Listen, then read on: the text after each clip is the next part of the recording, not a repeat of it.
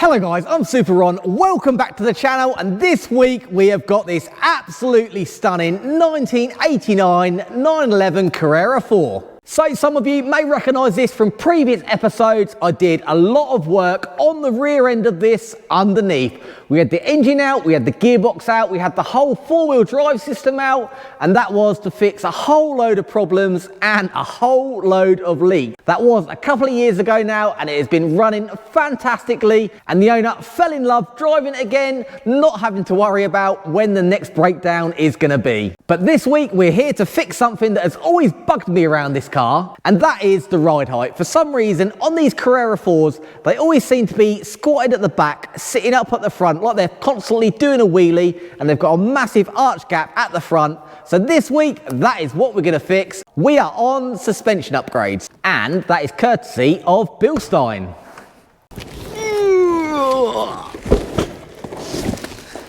With their fully adjustable coilovers. So let's have a look at what we've got. And on such an iconic handling car as the Carrera 4, there's no way he was going to put cheap stuff on.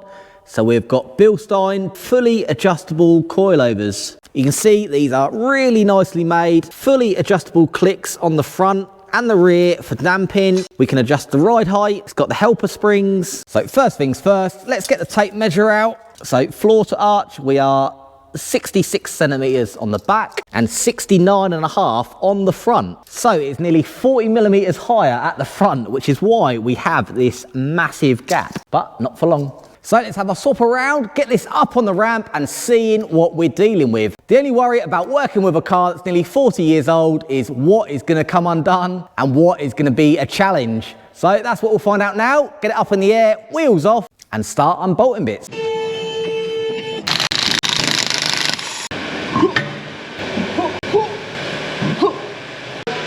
And now we can see what we're dealing with, so they don't look too bad to do. We've just got a top mount at the front that secures in the front bonnet a bolt on, just like a Mark 1 Golf. So it'll just be bolt on and release.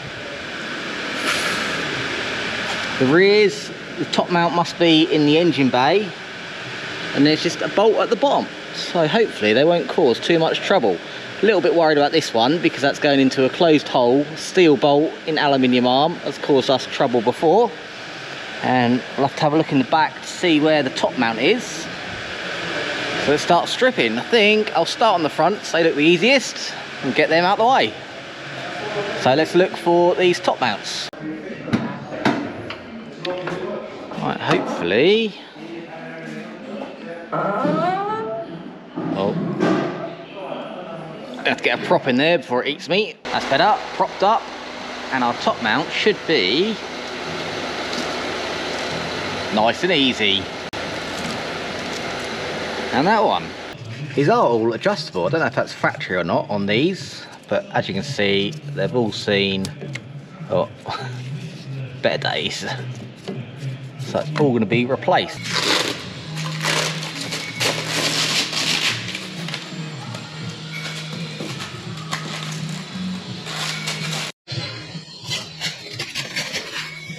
Right, that's the Allen keys at the bottom. The only thing we did have to do was split the brake line, because the brake lines, annoyingly, go through there. So just blank that off for now so it doesn't drain out. So now let's get the top mount off, and this strut should come out.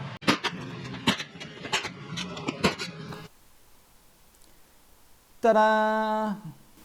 So here they are side by side. As you can see, mechanically they're identical where they mount.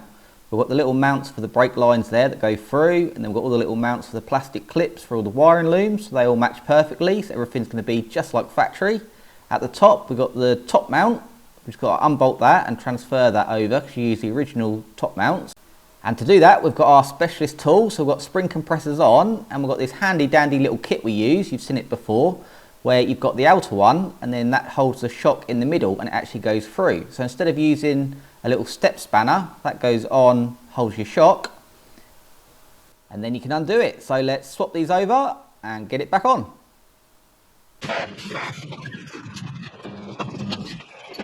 So if we look at the diagram, it gives you all the bits that B are Bilstein, and then we've need the OE parts, which is that washer and that top mount, and that's how they all assemble. We've got a measurement of between 120 and 140 between the hole there and the bottom platform. So I'll put that to 120 and then we can adjust it from there.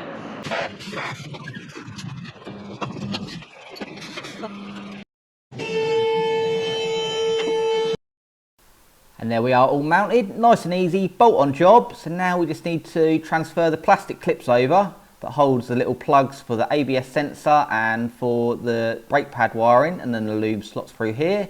So they're just push center clips, we just got to push them out and they'll transfer over. Sneak in behind, pin out, and then the whole lot should just pop off.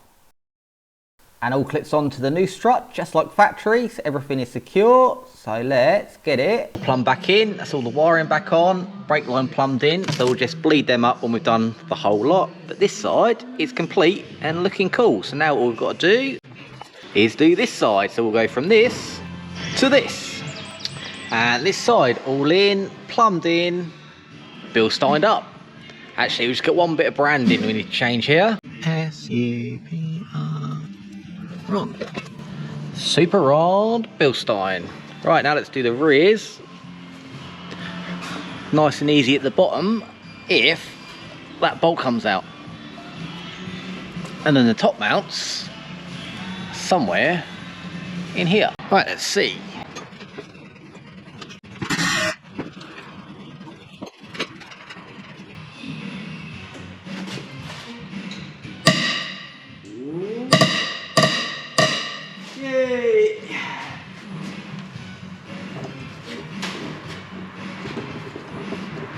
Never doubted it. Ah, someone's put copper slip on it. Good old boy. Might be me. And the other one.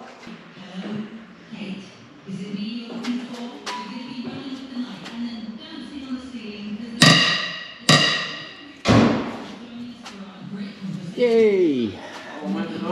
Yeah. Yeah. Plain sailing from here on.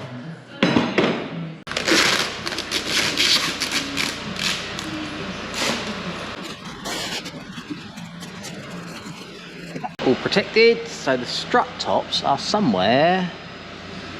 Right, can't even see them. So I reckon we'll take out this blower, take out the airbox, might find them behind there. And with airbox out, it is indeed right at the back there. So we'll get to those bolts and then we can drop the strut out. And with the blower out, you can just about see the other side tucked in there. So it's going to be a little bit fiddly. Now we can get the top mounts off. Dive in deep.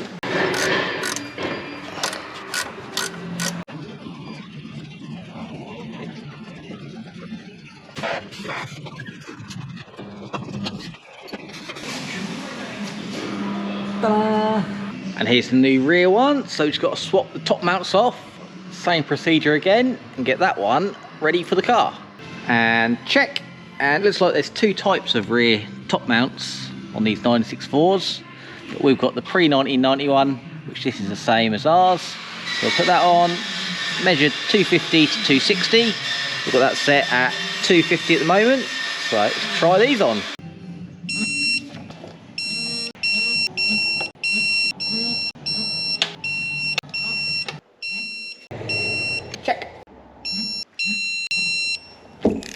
There's all the backs on and torqued up. You can see they disappear right up into the engine bay there. So they're covered behind here, but you can still see them a little bit there. And then it's got the adjustment for how stiff it is. We start on 5 on each. 1 is soft, 10 is hard. So if we start on 5, that'll be a good medium. On the fronts, it's on the bottom there. Put that on 5.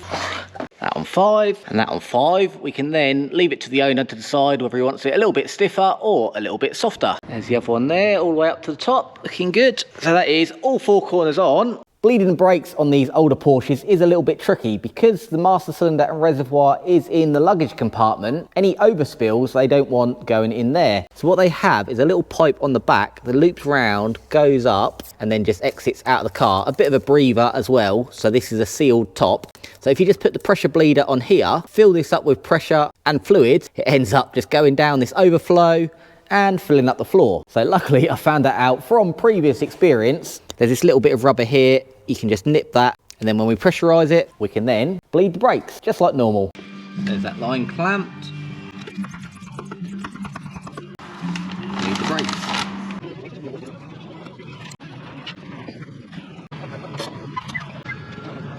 So I've got all the wheels on, so we can drop it back on the floor, and while I'm doing that, we've got the aircon on test, but at the moment we're not finding any leaks. So let's get it back on the floor and see what ride height we're at.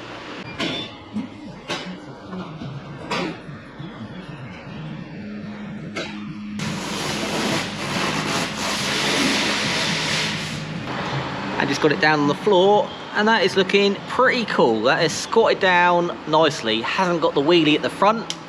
We just measure.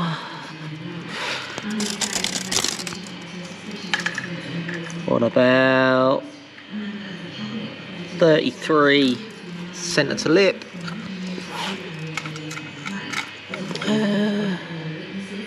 33 again, 33, 33. So I took my measurements before, centre of the arch to the lip, and the rear was 37, so we've lowered it 40mm on the back, but we've lowered it 70mm on the front, so now it's 33 all round. And so that's why now it just looks so much more even. Right, let's take this for a test drive.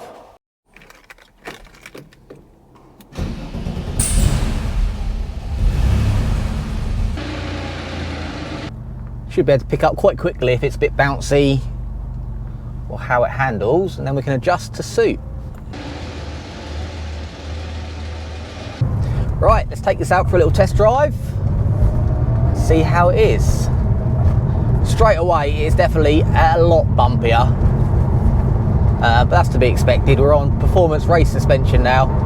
We can adjust it up, so we can put it to a softer setting. We're right in the middle at the minute.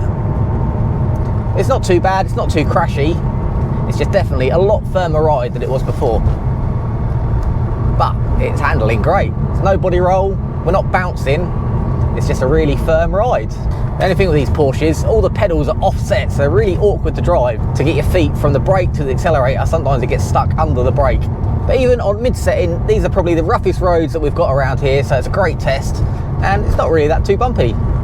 Oh, the joys of the countryside. When you want to go out for a nice spirited drive around the windy roads, you get stuck behind a tractor.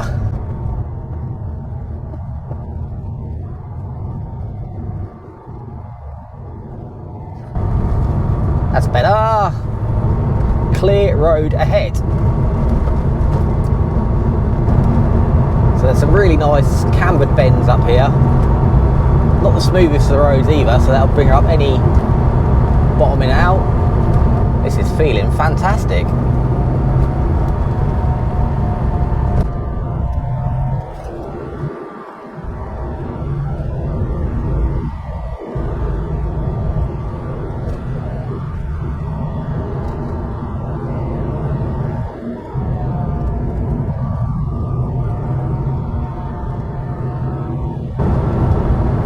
Lovely.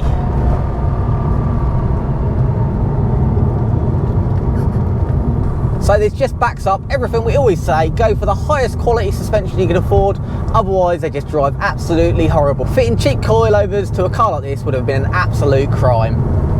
So let's get it back to the workshop and see how it's settled down.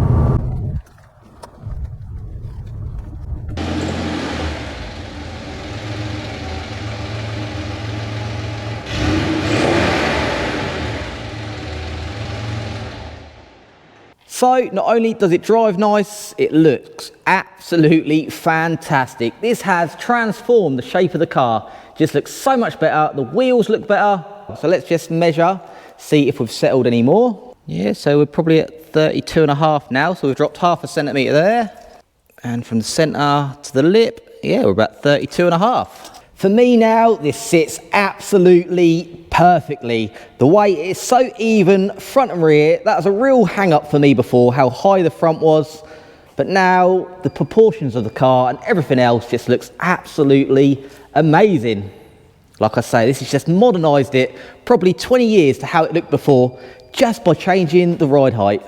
And it's not really that low, just you haven't got that 1980s wheelie. What an absolute stunner. It is a little bit deceiving how low it's actually gone, but if you look at the rear bumper now, top of the light is at knee height, so the bumper is right down here at shin height, and the roof is probably here at ribs. So because it's such a long car, proportionally, it doesn't look that low until you get something in perspective. So final measurements are lowered 45mm at the rear and 75mm at the front, which has evened this out and in my opinion sits absolutely perfect. I was always a little bit on the fence of this car. It is an absolutely stunning example, but because of the ride height and everything, it just made it look really dated. So this has modernised it massively, and now I am a huge fan. Now it's even all the way around. I think that's the most important thing, because it was always doing a wheelie before. This has just finished it off. So I think we can wrap this episode up now. That was a very successful test drive. I'm so pleased with how it's sitting. So what we're going to do now, we're not going to get too involved in the wheel alignment and the setup. It drives nice and straight and it's quite comfortable. So we're going to give it back to the customer. He's going to put a few miles on it, make sure he's happy with the ride height, because there's no point really dialing in the suspension if then he wants to raise it or lower it some more. And that'll also give everything a chance to settle in nicely, and then it can be really dialed in with the camber, the tracking, everything adjustable all the way around. It's going to handle fantastically on the back roads, and even if he wants to take it to a track day, I think this will perform fantastically. So make sure you give this video a like, be sure to tune in because we'll have something completely different next week, and I'm sure in the future we'll have some more episodes on this one as well. So until then, make sure you have fun.